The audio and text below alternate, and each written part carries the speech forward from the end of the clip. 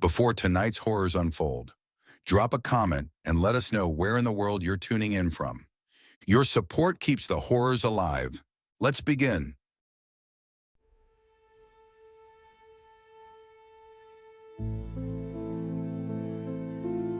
The summer before heading off to college, my friend Camden and I were celebrating our last summer together. We'd grown up together as neighbors, but we were heading off to different colleges. Our plans were about as simple as they can get. There was a blank space in our calendars, a decent sum on our bank accounts, and a gassed-up car. That's it.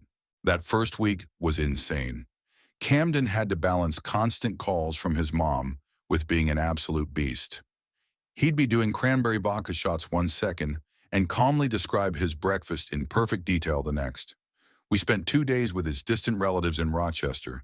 He may or may not have made out with his own cousin during a particularly high-stakes truth or dare. I can neither confirm nor deny. A couple of days before heading home, we decided to have a final camping night. We split up for a day to see our families and get some supplies. Then we met up at Lake Attabat. Lake Attabat is a bit of a local secret. We got to know about it from Camden's cousins, who more or less dared us to go there. I mean, they expressly told us not to go there, but we took it as a challenge. It was supposed to be an old fishing lake surrounded by small cabins for rent, but the owners had neglected them for decades. All that was left were these crumbling log cabins and an absolutely stunning beach. I was looking forward to getting some alone time with Camden. We'd been so busy living the high life that we hadn't gotten any time to just chill, to talk about the future and make plans. Maybe we'd go fishing. But when I rolled up to Lake Attabat, Camden was already there, and he wasn't alone. He brought 4 friends to keep the party going. The only one I knew by name was Harris. He'd been an acquaintance hanging at the edge of our social circle for a while, a weird guy who asked a lot of questions. But I also knew that the only reason Camden would invite him would be to get a shot at his older sister. We'd never been formally introduced, but her name was Tammy. She didn't look the part of your average law student. She looked much more at home in a mosh pit in a sweaty basement. Tammy had, in turn, brought 2 of her sorority friends. The 3 of them were in the process of claiming the least rotten cabin off the beach as Camden and Harris collected firewood. Camden waved me over, calling out everyone to come meet me. My heart sank a little. It was going to be fun, but I would have liked to just spend some time with my friend too. This was quickly turning into something different. I was surrounded by smiles as I was introduced to Tammy, Pam, and Carrie. Harris gave me an uncertain wave from the sidelines. Camden wrapped an arm around my neck. "This is my brother right here," he called out. "I'm the pretty one, he's the good one." And just like that, the stage was set. We ended up making a fire by the beach, grilling a few hot dogs, and having a couple of beers. Harris wasn't feeling it and ended up spending most of his time fixing the old floating dock instead. I noticed Carrie was giving me a little extra attention. She was a peculiar woman with a long face and almost cartoonishly large eyes. But her confidence and genuine personality was difficult not to like. I ended up talking to her for well over an hour.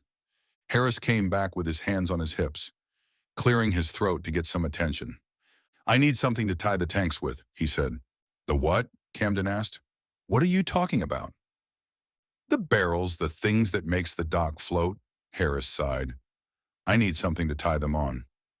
"Just ditch it," Camden frowned. "Come on, sit down, have a snack." "Didn't we say we were going to fix this thing?" Harris snapped back. "Or was that just something you said to keep me busy?" It got awfully quiet. I looked around and pointed to one of the old cabins. "I think I saw a garden hose out back," I said. "You can use that. Won't rot." Harris gave his sister and Camden a long look. He shook his head, thanking me under his breath. To Harris's credit, he managed to fix that floating dock. It was big enough for all 6 of us, as long as we stood up.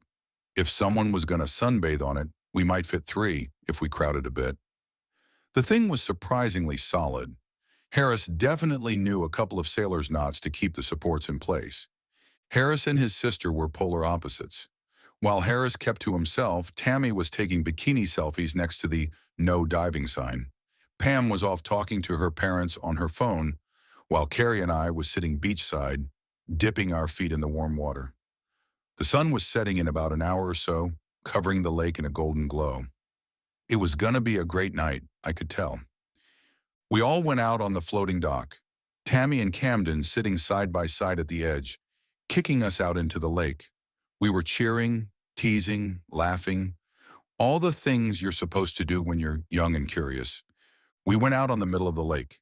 Everyone but Harris dove in head first, ignoring the abandoned no diving sign. The lake was colder than expected, and I wasn't the only one to shiver a little. That didn't stop us, though. Within seconds, I saw a bikini top being tossed around like a ball, and there were smiles every which way I turned. Well, except for Harris. He turned to us, saying something. I'm not sure what. He was pointing, trying to get our attention, but that wasn't happening anytime soon. I had Carrie right next to my ear, asking me to keep her warm. Camden and Tammy were just full-on making out against the floating dock. I casually looked the way Harris pointed. I could see something in the distance. There was someone on the beach. I didn't know what to make of it. Even at a distance, I could tell they were tall, somewhere around 6 feet 8 inches. Possibly a man. He was wearing some kind of World War II-era rubber gas mask, but without a filter. He had this massive gray trench coat that looked too big even on him. It left a long trail in the sand. There were countless pockets sewn on the outside. He had a crossbow. Not one of those black, sleek, modern ones, but something he'd put together in a garage somewhere. The thing was massive, probably made from the leaf spring of an old car. It was solid metal. The second we looked his way, he hooked the crossbow to something on his belt and stepped it into the sand. Despite such a massive frame, I could tell he was struggling. There was a loud click. He pulled something out of his coat, an arm's length of sharpened rebar. It just took a couple of seconds, all in all, and the sight was too strange to react to appropriately. Harris looked back at the rest of us as the conversation died down. We were still smiling, but it wasn't a conscious reaction. It felt like rabbits freezing at the sight of a predator, hoping it wouldn't see us. But of course it did. We were completely exposed on the open water. Harris turned to his sister, casually pointing toward the beach. You know that guy? Tammy clung to Camden's shoulder, looking towards the beach. I saw her eyes go wide as the man on the beach raised the crossbow. He didn't need time to aim. We were sitting ducks. There was a click, a thunk, and a whip-like snap. It was less than a second. A bolt of sharpened rebar, as long as my arm, burrowed deep into Harris's chest. There was no scream or cry, just a puff of air as his lungs emptied. I still hear that sound sometimes. A single, forceful cough, like he swallowed something the wrong way. The force was so intense that it looked like turning off a switch.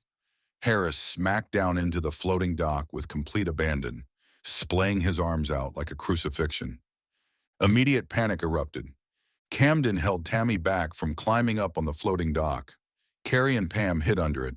I didn't understand what was happening and lingered a little too long, watching our attacker hook the crossbow on his belt and step down, preparing for a second shot. Hadn't it been for Camden calling my name, I wouldn't have snapped out of it. I dove, swam over to the others, and hid under the floating dock.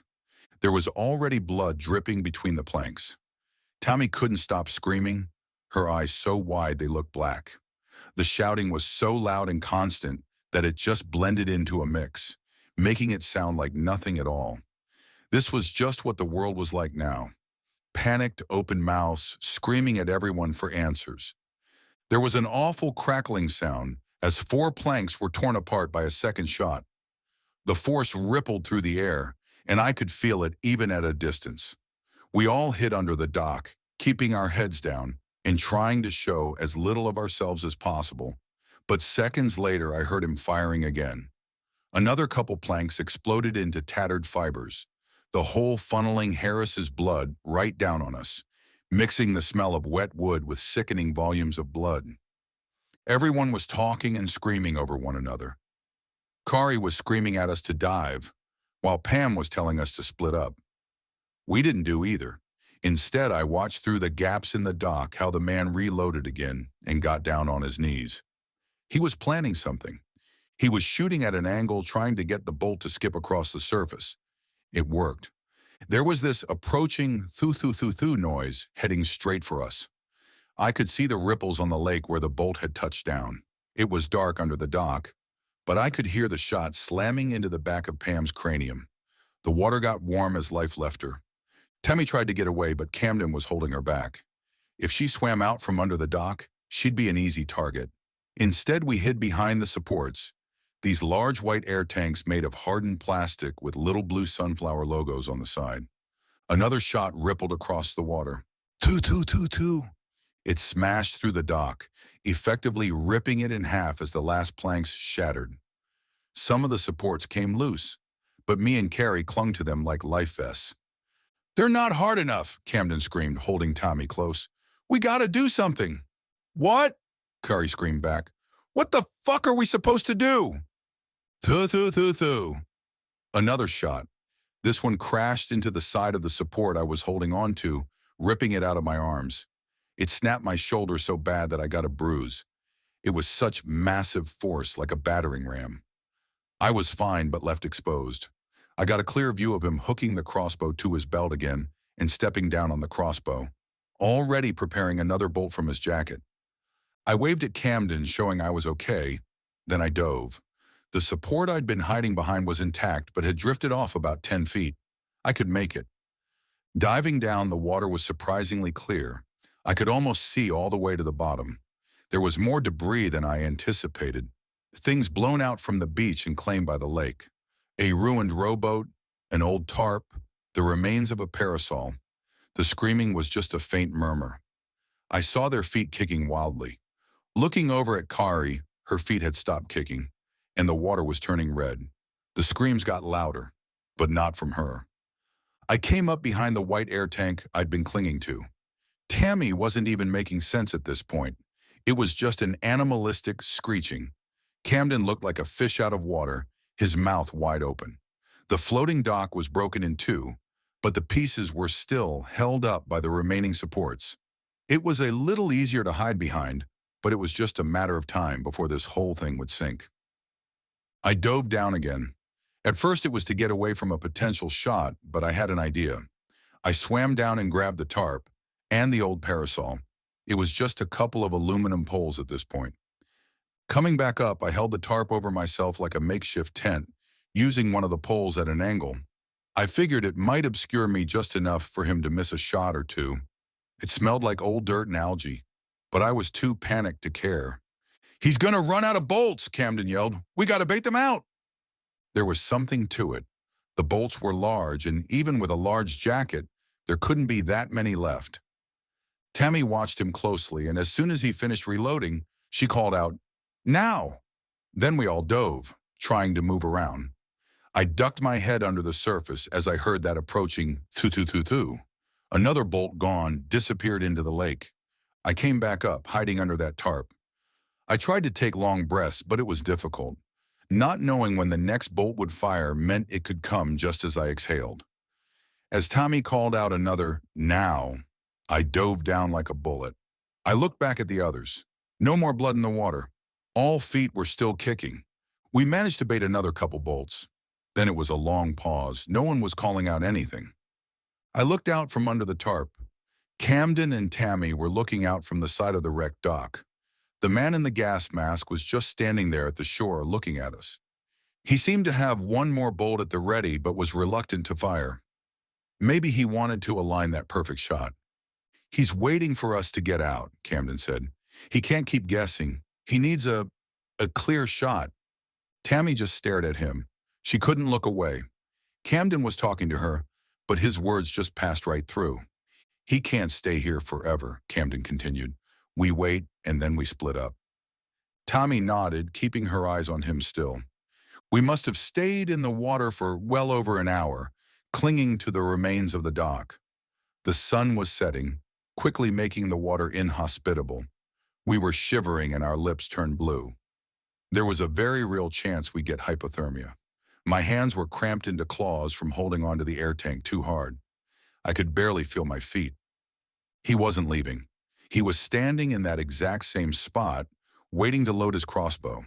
The bolt dangled from his hand. Camden's jaw was chattering. He was worse off than me and Tammy. I was getting worried he might lose consciousness if we didn't act soon. It was getting darker, so it would be harder to his us. It was now or never. We had to try. We decided to go on the count of 3. Tommy counted us down. 3, 2, 1. We all got out of cover. Tommy called out, "Now," and I dove. The final bolt sailed right past us. Thu. We were in the clear. I popped my head up to see the others, heading straight for the shore. The man was just standing there, trying to figure out his next move.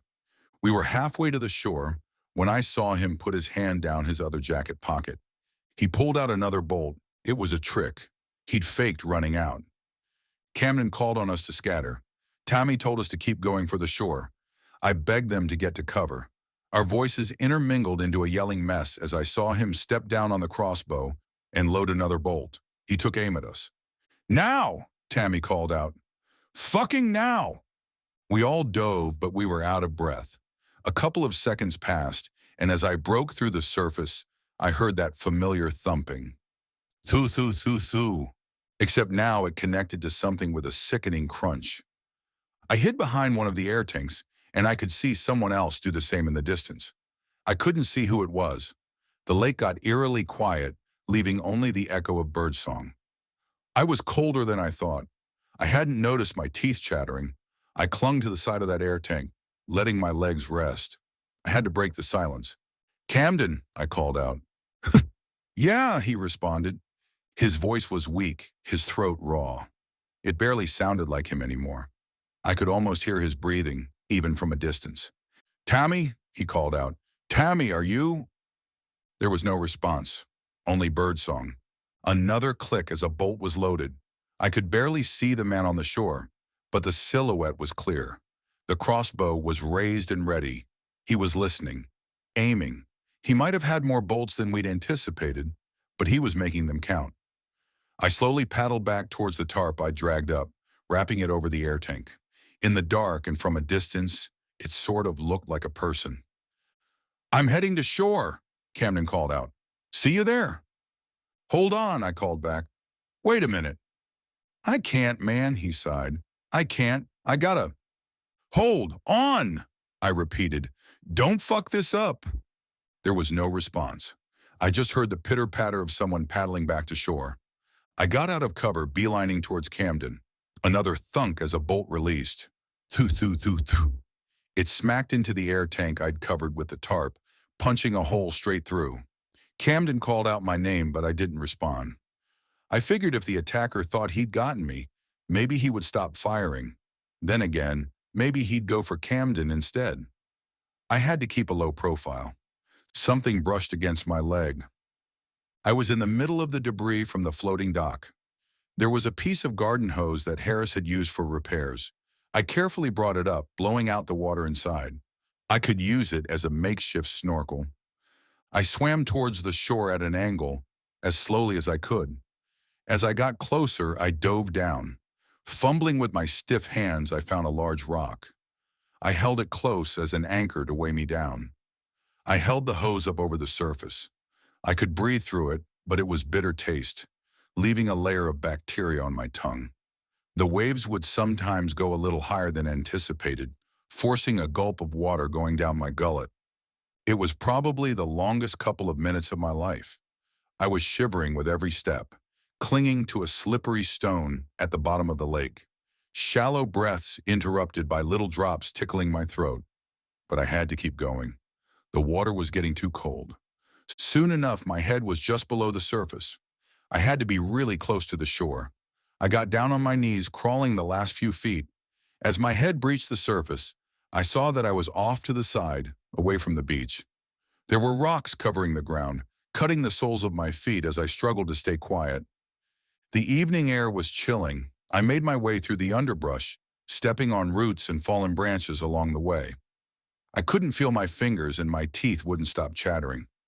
I stepped over a fallen chain-linked fence, noticing a half-rusted old metal sign. A few letters had faded, but the message was clear. Private property, violators will be shot. There was even a little smiley in the corner. I saw the beach from the tree line. Camden had made it ashore. but he was barely holding on. He was laying in the sand, doing his best just to breathe. The man with the gas mask was approaching him with a loaded crossbow. But he wasn't shooting. Not yet. If he wanted Camden dead, he'd be dead already. Instead, he just approached. He poked at Camden with the tip of his boot, but nothing happened. No reaction. I think Camden had lost consciousness by then. Maybe losing everyone was too much for him to bear. No matter the cause, Camden had completely given up. The crossbow man seemingly decided against wasting a bolt on him. Instead, he calmly raised the no diving sign that Tammy had posed with earlier, unloaded his crossbow, and wandered off like nothing had happened. As soon as the coast was clear, I ran like a man possessed. By the time I made it to Camden, he was barely breathing.